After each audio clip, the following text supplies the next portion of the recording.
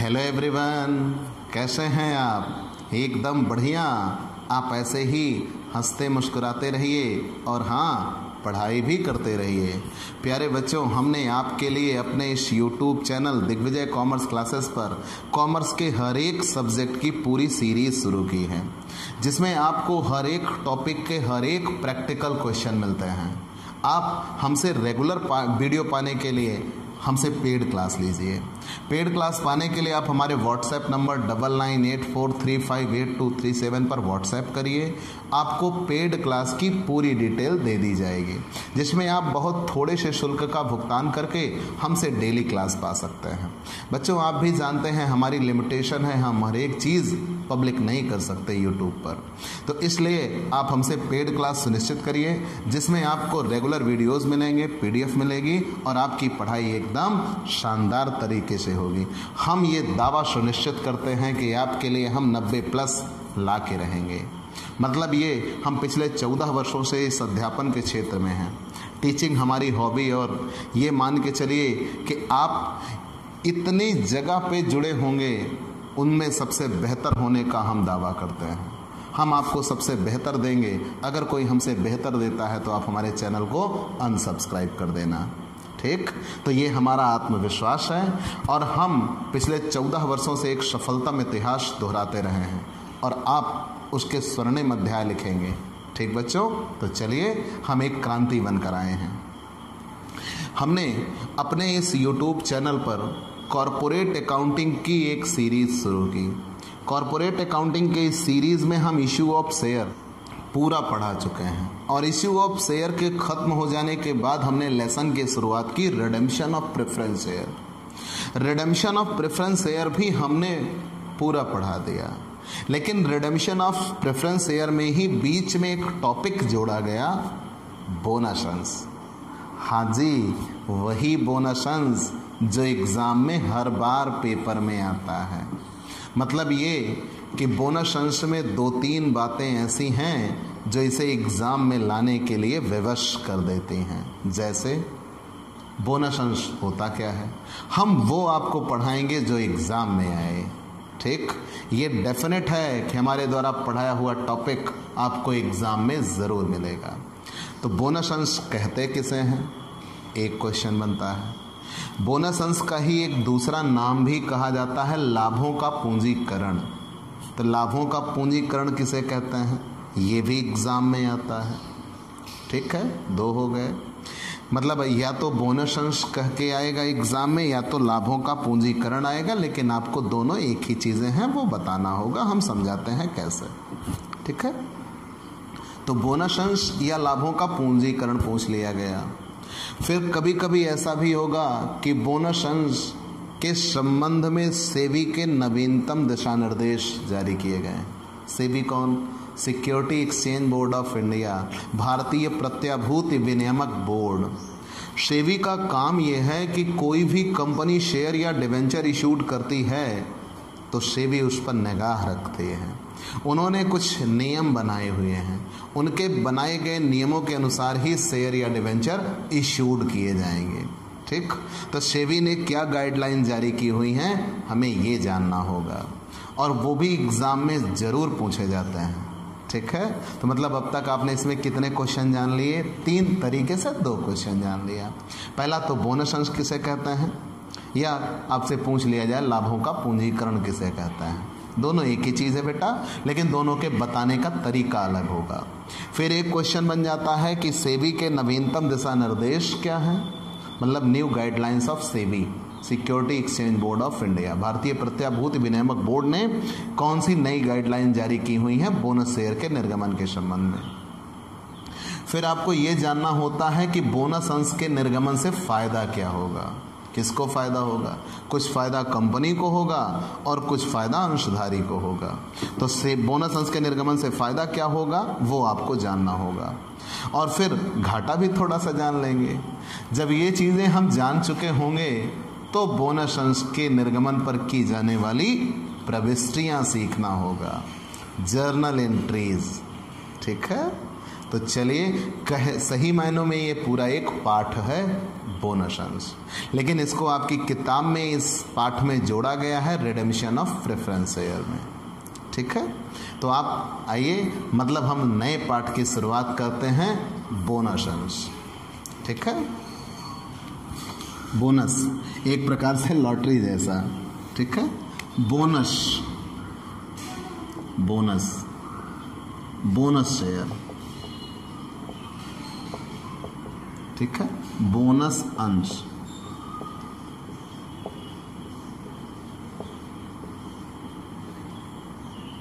ध्यान देना बच्चों, बोनस अंश। बोनस अंश कहते किसे हैं? मान लीजिए 2 नंबर में आपसे क्वेश्चन पुटअप हो जाए।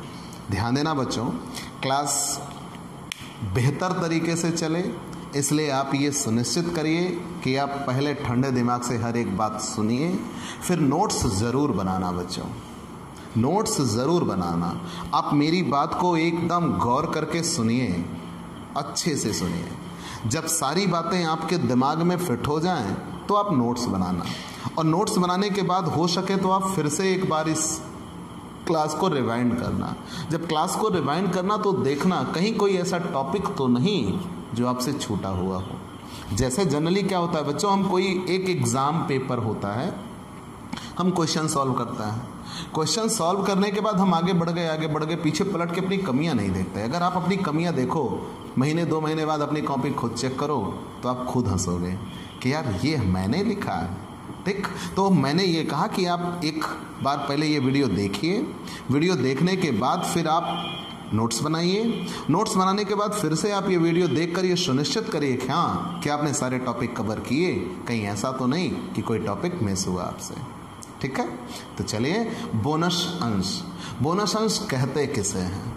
प्यारे बच्चों, नाम है बोनस। बोनस का मतलब होता है अतिरिक्त। जब कभी कंपनी अपने वर्तमान अंशधारियों को, ध्यान देना डेफिनेशन पे हम हैं, तो जब कभी कंपनी अपने वर्तमान अंशधारियों को कुछ मुफ्त के अंश देती है, जब कभी कंपनी अपने वर्तमान अंशधारियों को कुछ मुफ्त के अंश देती है तो उसे ही बोनस अंश कहते हैं। ठीक, क्या मिली परिभाषा? जब कभी कंपनी अपने वर्तमान अंशधारियों को, मतलब जो पहले से ही कंपनी में शेयर खरीद चुके हैं, उन्हीं को ये निर्गमित किए जाएंगे। तो जब कभी कंपनी अपने वर्तमान अंशधारियों को कुछ मुफ्त के अंश देती है तो उसे ही बोनस अंश कहते हैं। ठीक, मान लिया। लेकिन इसमें होगा क्या, कैसे देगी?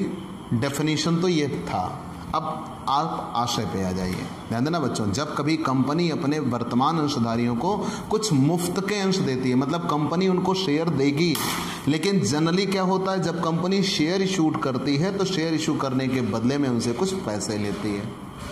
ठीक है, यही होता है, नकदी के प्रतिफल स्वरूप शेयर का निर्गमन होता है। जब कंपनी शेयर इशू करती है तो शेयर इशू करने के बदले में कंपनी क्या प्राप्त करती है? पैसे।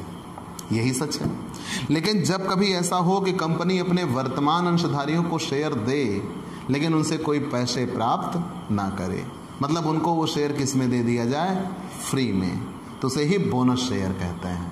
तो डेफिनेशन यही बनती है, जब कभी कंपनी अपने कर्मचारियों को कुछ मुफ्त के अंश देती है जिसके बदले में कंपनी उनसे कोई धन प्राप्त नहीं करती, उसे बोनस शेयर कहते हैं। लेकिन ऐसा कंपनी करेगी क्यों भाई? क्या ज़रूरत आ पड़ी? तो प्रायः, अब ध्यान देना बच्चों, अब यहीं से आपको रूल पढ़ना है।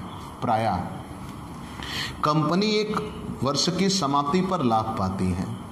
ठीक है, जब लाभ पाती है तो लाभ का पूरा हिस्सा अंशधारियों में ना वितरित करके, नियम क्या कहता है, कंपनी लाभ कमाएगी तो लाभ को अंशधारियों में लाभांश के रूप में बांटेगी। तो प्रायः कंपनी ये करती है, लाभ कमाती है और लाभ का पूरा हिस्सा अंशधारियों में ना वितरित करके कुछ हिस्सा संचय के तौर पर रख लिया जाता है। ध्यान देना, रिजर्व किसे कहते हैं? कंपनी, अब यहाँ पे एक बात रिजर्व की आई बच्चों, जैसा एक छोटा उदाहरण जानिए। अब गुल्लक रखते हो ना? हाँ जी, गुल्लक। आप जब गुल्लक रखते हो तो गुल्लक में क्या था ना कि आप अपनी एक इनकम होती है, उस इनकम का कुछ हिस्सा आप उस एक जगह पे सुरक्षित रख देते हो कि जब कभी ज़रूरत पड़ी तो वहाँ उसको तोड़ दिया और उसको तोड़ के उससे हम अपनी ज़रूरत पूरी कर लेंगे। वही गुल्लक जैसा होता है ये, ठीक है। जैसा एक फिल्म थी, जाने दीजिए, अच्छा दे ही देता हूँ एग्जाम्पल। एक फिल्म थी, आप देखे होंगे। प्यारे बच्चों, आप जो उदाहरण जानते हैं, समझते हैं, देखा है, आप हिंदी फिल्में देखते हैं ना, मनोरंजन के लिए देखते हैं, अब ज्ञान के लिए देखा करिएगा, ठीक है। आप जब भी कम्युनिकेशन पढ़िएगा तो फिल्म सिटी वगैरह पूरा आपको पढ़ना पड़ेगा, ठीक। लेकिन वहाँ जब एक फिल्म थी सलमान खान की, मुझसे शादी करोगी, फिल्म का नाम था। उस फिल्म में उन्होंने कुछ गुल्लक रखे थे, ठीक है। तो वो जो गुल्लक रखे थे वो दादी के आँख के इलाज के लिए, भगवान के प्रसाद के लिए, तो वो रिजर्व थे उनके यार। मतलब ये कि उन्होंने अपनी आय का एक हिस्सा उसमें डाल दिया था कि इस काम के लिए हम उसको निकालेंगे, ठीक वैसा।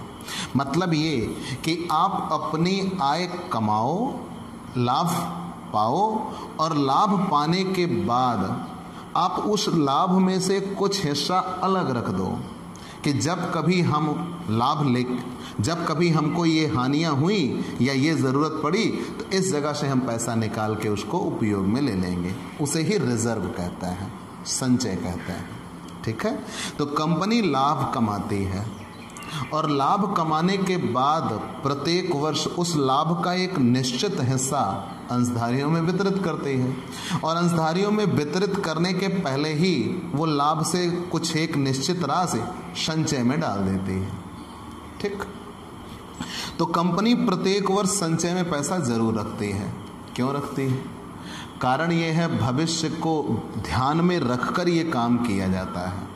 अगर मान लीजिए कंपनी को भविष्य में पैसों की आवश्यकता पड़ी तो कंपनी पैसे कहाँ से लेकर आएगी? दूसरी बात, कंपनी अपनी आर्थिक स्थिति को मजबूत रखने के लिए ये रिजर्व बनाती है, ठीक है। तो पूरी बात क्या बनी बच्चों, ध्यान देना कि प्रायः कंपनियां वर्ष के अंत में लाभ कमाती हैं। तो जब लाभ कमाती हैं तो लाभ कमाने के बाद अंशधारियों में लाभांश के रूप में उसे वितरित किया जाता है।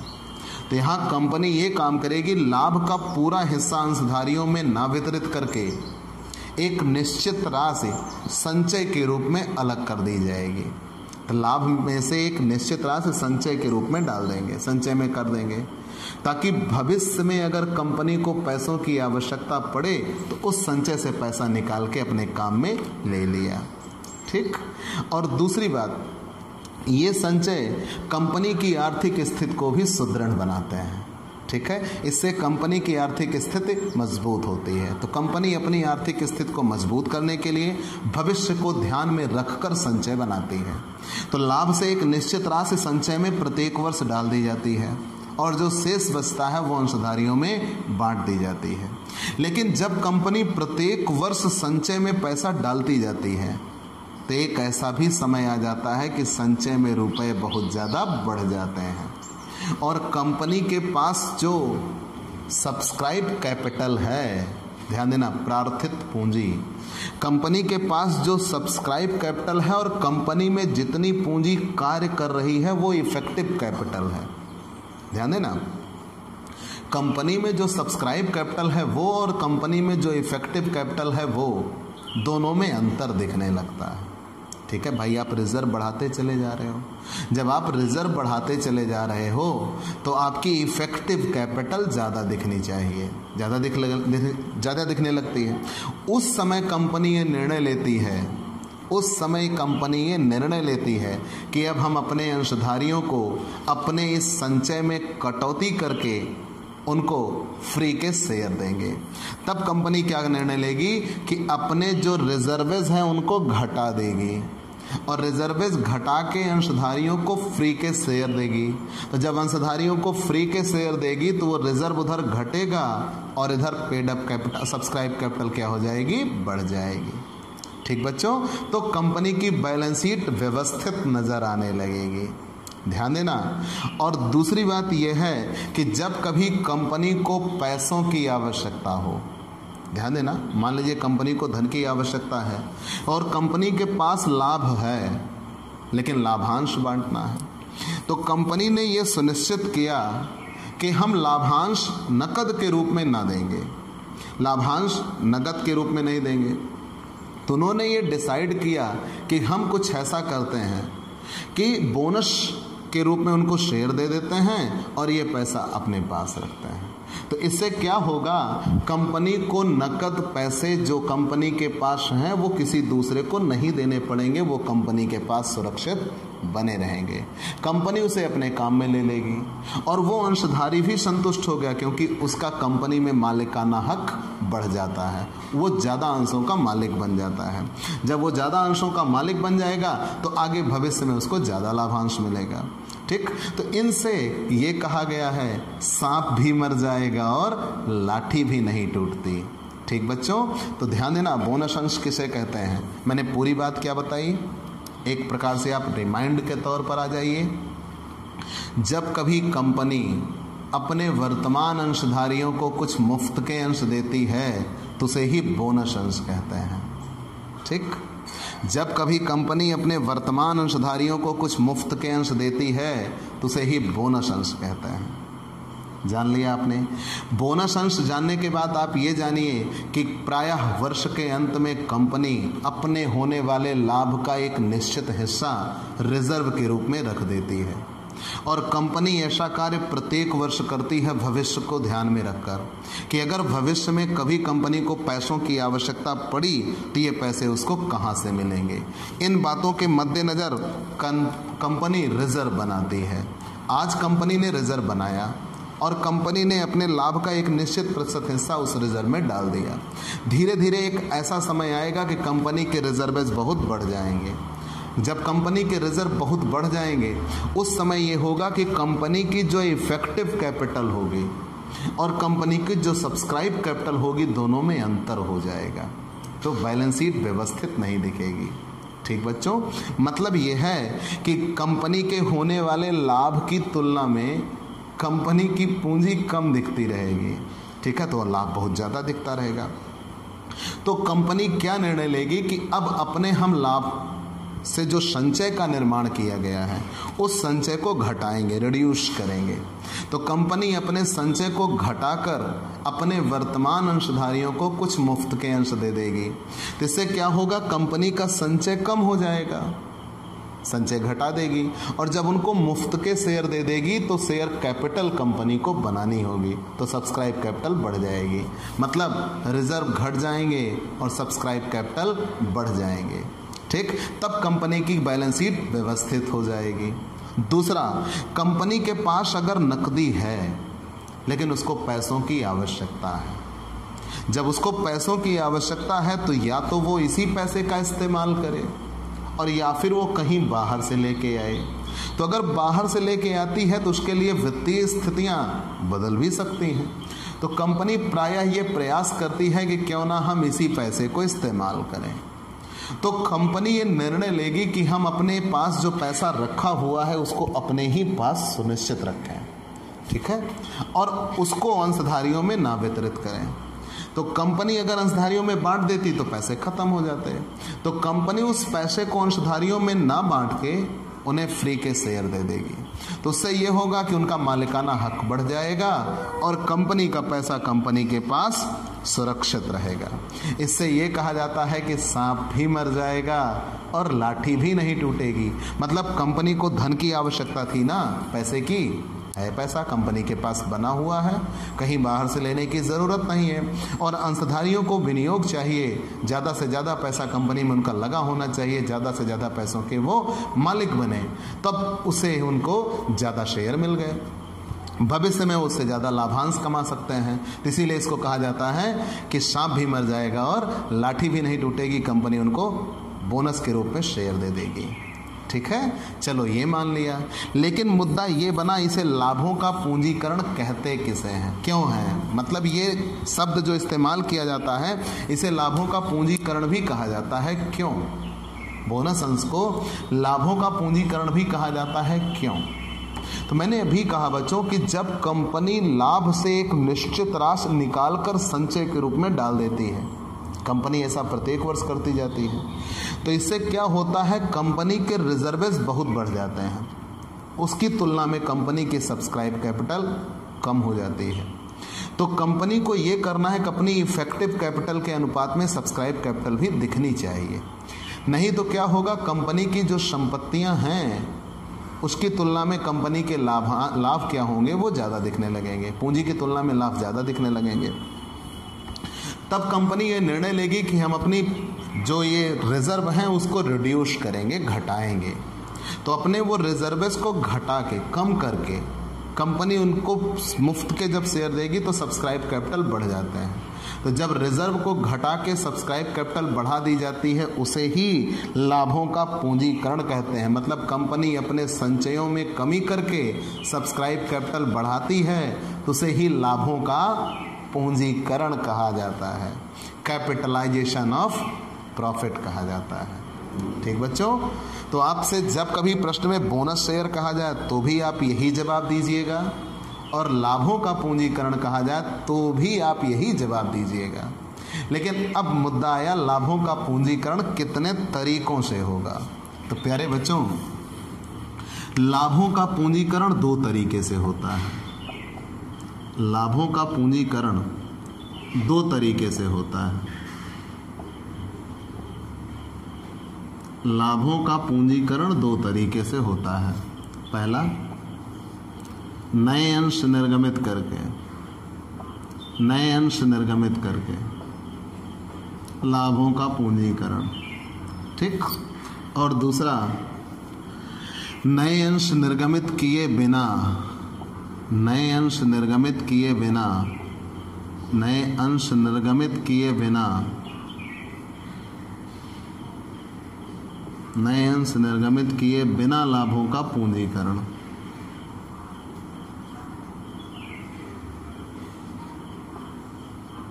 मतलब लाभों का पूंजीकरण कितने तरीके से हो सकता है? 2 तरीके से हो सकता है। तो ध्यान देना बच्चों, लाभों का पूंजीकरण कंपनी कितने तरीके से कर सकती है? 2 तरीके से। एक होता है नए अंश निर्गमित करके, जिसे हम कहते हैं बोनस अंश निर्गमित करके लाभों का पूंजीकरण। ठीक है, ये आपके समझने के लिए हमने ये सब लिखा था, बोनस अंश निर्गमित करके, बोनस अंश निर्गमित करके। और दूसरा होगा बोनस अंश निर्गमित किए बिना, बोनस अंश निर्गमित किए बिना, बोनस अंश निर्गमित किए बिना।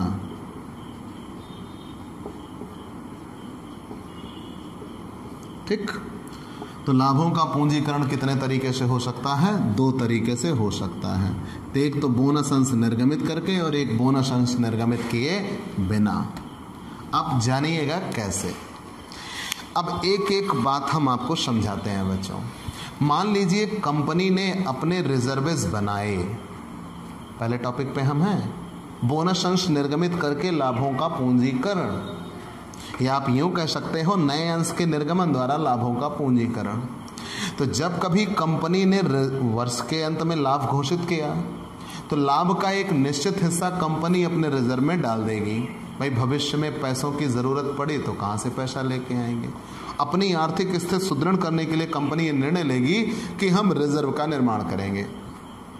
बेशक रिजर्व बना दिया, लाभ से एक निश्चित राशि वो रिजर्व में डालते चले गए, और एक ऐसा समय आ जाएगा कि उनके रिजर्व बढ़ जाएंगे। जब उनके रिजर्व बढ़ जाएंगे तो वो क्या काम करेंगे, उनकी सब्सक्राइब कैपिटल उधर कम दिखती रहेगी, तो अपने उसी रिजर्व को वो घटा के, अपने उसी रिजर्व को वो घटा के, रिजर्व को घटा के अपने वर्तमान अंशधारियों को कुछ मुफ्त के अंश देंगे। कंपनी अधिनियम 2013 की धारा 123 में ये कहा है। ध्यान देना बच्चों, लाभों का पूंजीकरण, और लाभों का पूंजीकरण कैसे? नए अंश निर्गमित करके, या यूं कह लीजिए बोनस अंश निर्गमित करके, कंपनी अधिनियम 2013 की धारा 123 में कहा है।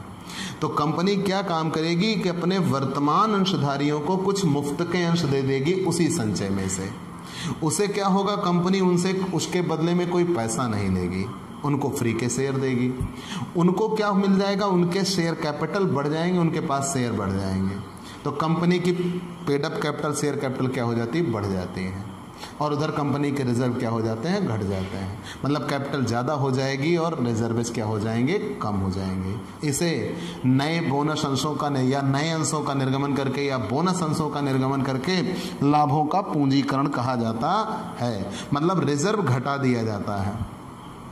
तो जब रिजर्व घटाते हैं तो रिजर्व को हम डेबिट कर देते हैं, और बोनस शेयर के रूप में शेयर दे दिया जाता है, तो बोनस शेयर कैपिटल को क्या कर दिया जाता है, क्रेडिट कर दिया जाता है। रिजर्व घट जाएगा और शेयर कैपिटल बढ़ जाएगी। ठीक, तो इसे नए अंशों का निर्गमन या बोनस अंशों के निर्गमन द्वारा लाभों का पूंजीकरण कहा जाएगा। अब एक टॉपिक तो ये आपने परिभाषा में ही जान लिया था कि कंपनी ऐसा करती है, ये कैसा होगा, लाभों का पूंजीकरण बिना बोनस अंशों के निर्गमन के। लेकिन ध्यान देना बच्चों, यहाँ जब कंपनी बोनस अंश का निर्गमन करेगी तो ये पूर्णदत्त अंश देगी।